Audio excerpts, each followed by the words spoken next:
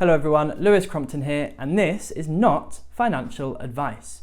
If you want to hear more about how to do money better, how to make more of it in less time, then this video is for you. Subscribe to the channel and drop into the comment section. I'd love to hear from you. Now I want to talk to you about how your job is currently an asset. Probably not something you hear a lot of people who talk about personal finance actually say. Now, if you remember in my previous videos, I've talked about what defines an asset and what defines a liability. For me, an asset is something that makes you money. It puts money into your pocket each and every single month. A liability is the opposite, complete opposite. And it is something that takes money out of your pocket. For example, hobbies often take money away from you. It could be something like your phone bill, which costs you money each month, bad debt, the rent you're paying, the mortgage you're paying, that type of thing. Now, bad debt is any debt that is not earning you money, like a rental house would be earning you money or something like that. Your job falls into the category of an asset because it is something that is making you money each and every single month, unless you get fired. Fingers crossed that doesn't happen. The problem is that you are having to exchange your time for money. Now, there is a difference between passive assets and active assets, and I think I've stolen those terms from somewhere or I've made them up, but they make sense to me, so I'm going to use them. Maybe I should trademark them. I don't know.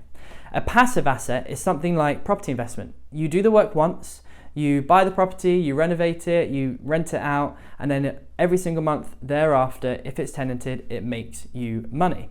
That is considered a passive asset. An active asset would be something like your job or like a business which you have to be involved in to actively run it for it to make money. Now, I do want to lay my cards on the table here and tell you why I don't believe in the phrase passive income. I'm not a big believer in that term, or rather what people interpret it to mean. Wealth and investment gurus are always talking about passive income, like it is some big holy grail and some secret thing to be attained, when the reality is, for me, if you want to be smart with your finances, smart with your money, then you better just get the idea of passive out of your head. The reason being is because most people will associate the word passive with zero work and zero effort, and that just could not be further from the truth. To get passive assets, you need to put in a lot of work initially, or you have to have generated a heck of a lot of capital. Secondly, to manage your investments well takes at least some time out of your diary, in the day, in the week, in the month. What I prefer to talk about is low intensity income versus high intensity income. And I think I just made up another two words there, but I'm going to run with them. I'm going to trademark them. Maybe I should turn them into a book and make my millions that way. Some people do that. I'm not throwing any shade. Now, for me, your job is a high intensity asset. It takes a lot of your time, a lot of your energy in order for you to do that job to make money for yourself. An example in my life, though, of a low intensity income would be my trading of the financial markets, of Forex and things like that. Now, that takes me just 30 minutes a day, and yet I was able to build that up to the point where I replaced my income and I left my job so I could trade and travel the world. That was when I was working in retail back in the day. Now, that is when the fun really started, when I replaced that income. When you have multiple asset classes, you have multiple options. That job, which is an asset, will allow you to invest better into other asset classes. How does it do that, I hear you ask? Well, in a couple of ways, really. So there's a few ways in which it does that. Firstly, it generates you cash flow and money that you can then use to invest into other assets. Oh, but Lewis, I hear you say, my job doesn't earn me enough money to be able to invest in other assets. So what do I do? Now, that may be very true. Some people listening will be in that situation, but guess what you need to do then? You need to hustle. You need to work hard, get promoted, maybe change company. That's a good way to get extra capital, extra money from your job. Change industry and get yourself some more income in that way. That would be my first protocol now. Secondly, it will allow you greater peace and financial security and stability. That will mean you can make less emotional decisions about your investments. It means you can play the long game, and it means you are far more likely to succeed and win at investing. If you're looking into property investment, then getting mortgages approved will be a heck of a lot easier, I can't even tell you, if you have an employed income on your books that covers all of your costs and everything like that. It goes into your affordability calculation. So your job really can be an asset, and there are ways you can make the job work better for you. Having additional income streams will give you greater power over your work, over how you work, over where you work, and when you work as well. You can better request working part-time for less money. That's also something you can do. I personally worked with a trading student in the past, and what she did was she built up her account so high that her trading income was high enough that it replaced her income. Then she asked to go part-time, but on the same salary.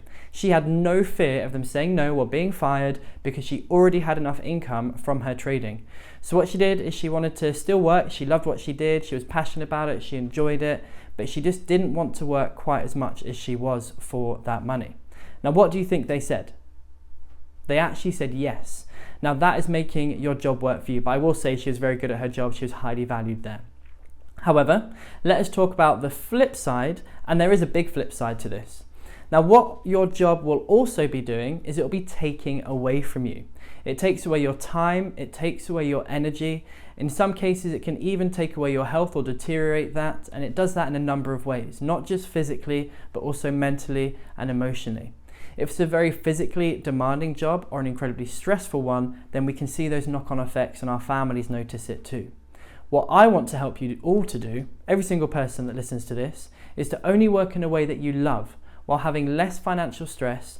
And if you do a job that you love, make sure the pressure is less on it. If you're working in a way that you love, then you're also going to be working the hours that you want. And you're going to be a better friend, a better family member, all of that sort of stuff, a better parent. Now, you may want to work 40 plus hours per week, but you may want to only work 20 hours and spend the rest of your time doing other things that are important to you. Maybe spending time raising your kids, or going painting like my mum loves to do, or going to the gym, which I clearly do not love to do, or traveling the world, which I really do enjoy doing. Whatever your thing is, having the time to do it is incredibly important. When we live a whole life of work, our life stops working. This is why learning about money and how to handle it better, how to invest, and how to make more of it really is so important, especially in these financially tricky times. That is why this channel is dedicated to helping you do money better. Make sure that you share this video with someone it can help or inspire, and like the channel, subscribe to the channel, and drop me some feedback in the comments. I'd love to hear from you and engage with you there. My name is Lewis Crompton, and this is not financial advice.